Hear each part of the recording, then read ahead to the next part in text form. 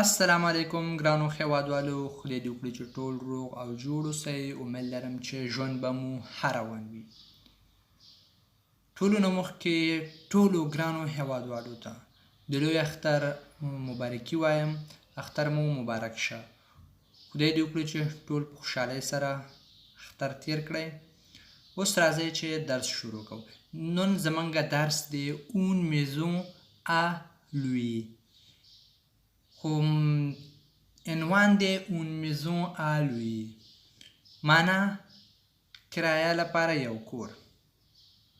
موږ څنګه کولی شو چې په فرانسه کې یعنی په فرانسوي ژبه کې یو کور په کرایه ونیسو؟ که چیرې موږ غواړو یو کور په کرایه ونیسو او د هغې مالک سره موږ غواړو خبرې وکړو، نو موږ کوم خبرې باید استعمال کړو؟ خو لیکن دلته خو مختلفې خبرې کېږي، خو لیکن ما یو لنډه مقاله یعنی یو لنډه کنورسیشن ما جوړ کړی دی، غواړم چې هغه تاسو ته تشریح کړم. دا د کور د کرایې نیولو په مناسب دی چې موږ څنګه کولی شو یو کور په کرایه ونیسو، او یو کس دی یعنی یو مشتری دی چې غواړي کور په کرایه ونیسي او هغه د کور د مالک سره خبرې کوي، او غواړم چې دا تاسو لپاره تشریح کړم. امید لرم چې دا ستاسو د ګټې وړ وګرځي. راځئ چې اوس درس شروع کړو. احمد: Bonjour monsieur, je vous téléphone à propos d'une annonce que j'ai vue dans le journal. Vous pouvez me décrire un peu la maison que vous louez? Bonjour monsieur, je vous téléphone à propos d'une annonce que j'ai vue dans le journal. Vous pouvez me décrire un peu la maison que vous louez? احمد یو کس دی، دا د کور مالک ته زنګ وهي. بونژور میسو، ستړی مشي محترمه، یا ورځ مو په خیر، یا سلام. جو وو تلیفون، ما تاسو لپاره تلیفون وکړو. اپروپو، په باره دی د اون انونس، د یو اعلان که ژی ویو دون له ژورنال، چې ما لیدلی و په اخبار، یا ژورنال وایي اخبار ته، چې ما په اخبار کې لیدلی و. د احمد د کور مالک ته زنګ ووایي ما تاسو لپاره تلیفون وکړو د دې په باره کې چې ما یو اعلان ولیدو په ژورنال کې یعنی اخبار کې، تاسو اډ ورکړی و یا اعلان ورکړی و، چې نو د هغې په باره کې تاسو ته زنګ ووهو. وو پووي، تاسو کولی شئ مو دیکریغ چې ما ته تشریح کړئ ان په لږ غوندې لا میزون که وو لویې، کوم یو کور چې تاسو په کرایه ورکوئ. Mohamed: Oui, c'est une jolie maison ancienne avec un petit jardin. Il y a 3 chambres, une salle de séjour, 2 salles de bain avec WC et une cuisine. Oui, c'est une jolie maison ancienne avec un petit jardin. Il y a 3 chambres, une salle de séjour, 2 salles de bain avec WC et une cuisine. محمد چې مثلا د کور مالک دی دا ورته ځواب ورکوي. Oui, c'est une jolie maison ancienne. دا یو ښکلی پخوانی کور دی. C'est une jolie maison، دا یو ښکلی کور دی. ancienne معنا پخوانی. avec سره د un petit jardin، د یو وړوکی باغ، یعنی کور چې دی خپل اړخ کې یو وړوکی باغ هم لري. Il y a 3 chambres، دلته 3 اتاقونه دي. une salle de séjour، او یو د اوسېدو اتاق دی، یعنی زیاتره وخت چې مثلا چیرته اوسېږي مثلا سالون په شکل. 2 سال de bain، او 2 حمام دی پکې. سال de bain هغه ځای ته وایي چې حمام پکې کې. صحیح شو؟ حمام ځای یعنی تشناب. صحیح شو؟ او avec سره دی WC یعنی واشروم، ټویلټ. صحیح شو؟ ای اون کوزین، او یو اشپزخانه لري، یعنی یو اشپزخانه هم لري.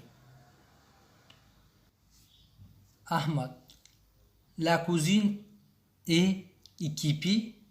La cuisine est équipée لا کوزین ایکیپی احمد ورته وایي لا کوزین معنا اشپزخانه چې دی ایکیپی معنا مجهز دی یعنی مطلب یې دا دی ایکیپی معنا مجهز être équipé یعنی مجهز دی لا کوزین ای ایکیپی یعنی هغې نه پوښتنه کوي چې اشپزخانه مجهز دی مطلب یې دا دی چې آیا د اشپزخانې مربوط چې کوم سامان دی هغه پکې شته او که نه محمد oui il y a une cuisinière électrique avec un four un réfrigérateur un four à micro-ondes oui il y a une cuisinière électrique avec un four un réfrigérateur un four à micro-ondes oui ou مجهز دی هر څه یعنې سامان شته il y a une cuisinière électrique avec un four دلته یو کوزینیخ شته برقي کوزینیخ شته سره د فوغ کوزینیخ هغه دغه ته وایي چې مثلا دیګ چې ورباندې کې دیګ هم د پاسه ورباندې دیګ کې او لاندې دننه پکې ډوډۍ پخې هغې لپاره کوزینیخ الکتریک وایي یعنې هغې لپاره کوزینیخ ورته وایي خو که برقي وي الکتریک un réfrigérateur یو فریج یعنی فریگو هم ورته وایي یو فریج هم شته un four à micro-ondes او یو فوخ هم شته مثلا هغه فوخ چې میکروند ورته وایو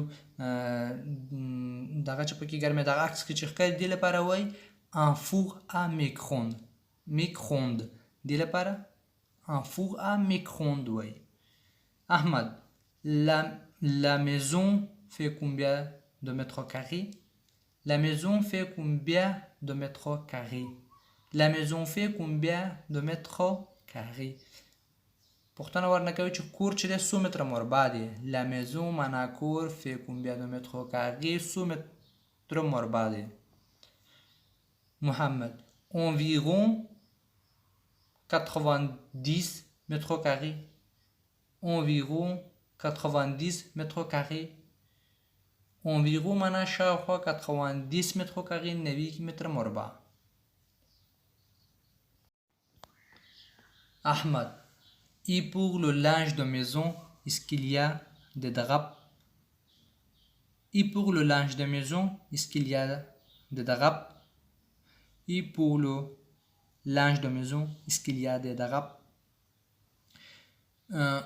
او لپاره دلته وایي چې مثلا le linge de maison le linge de maison دا کور کې چې څه توشکې پردې کمپلې دا ټول سامان د کور تکیي سامان چې دی دا ټول په le linge de maison کې راځي او دا ورته وایي چې مثلا ای pour le linge de maison او د کور تکیي سامان لپاره est-ce qu'il y a د دغه آیا دلته توشکې او دا شیان شته پردې او دا شیان شته په کور کې توشک دی کمپل دی مثلا دا ټول په le linge de maison کې راځي یعنی دې شیانو لپاره د کور د تکیي سامان لپاره اسکیلیا د دغه آیا دلته مثلا دغه هم ټول دغه لپاره وایي لکه توشک شو کمپل شو دا عموما په مجموعه کې دغه کې راځي یعنی مطلب دا چې آیا په کور کې اسکیلیا آیا دلته شته دغه یعنی توشک کمپل دا سامان په کور کې شته محمد non vous devez en apporter ou en lui non vous devez en apporter ou en lui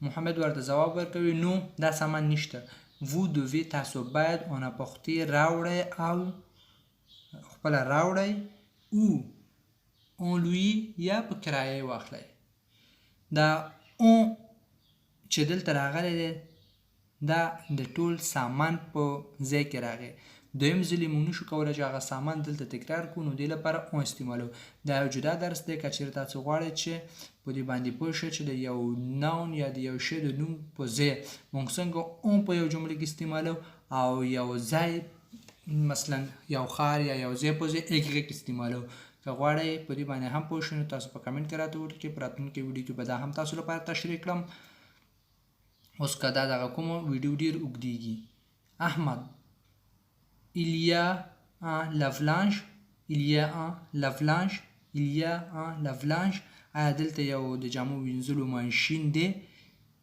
lave-linge د جامو وینځلو ماشین محمد oui il y en a un dans la cuisine.